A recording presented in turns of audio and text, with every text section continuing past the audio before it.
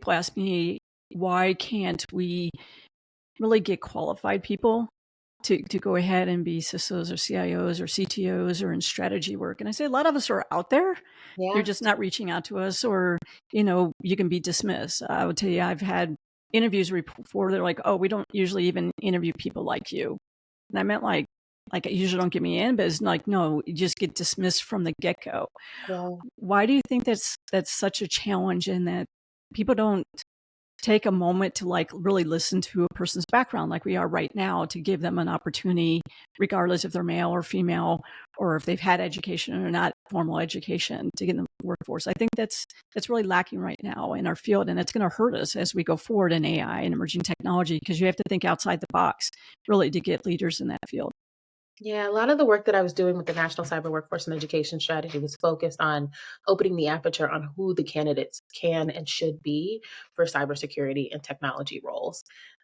What we've seen is it's easier for companies to use an archetype of a perfect engineer, strategist, etc., and write a job description based on that.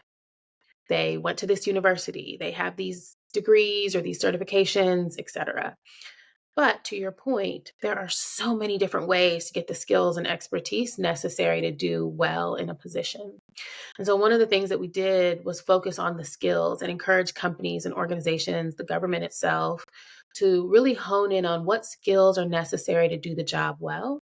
What things can you teach versus the person needs to come already having a knowledge of, and tweak your job description so that people don't self-select out, and so that your proxies, your recruitment team, your HR team, don't exclude people who could actually be great candidates for a role, because there's a lot of opportunity in pulling in folks who have been trained at a boot camp or have some other non-traditional path into cybersecurity. To your point, you might not have looked at my resume and said, this lawyer would be the right person to do all of this cybersecurity work. And I've spent much of my career showing people just how important it is for this space to be multidisciplinary, and that, a cybersecurity degree or a computer science degree aren't the only degrees that make somebody technical enough or strategic enough or knowledgeable enough in general about cybersecurity issues to be able to do a given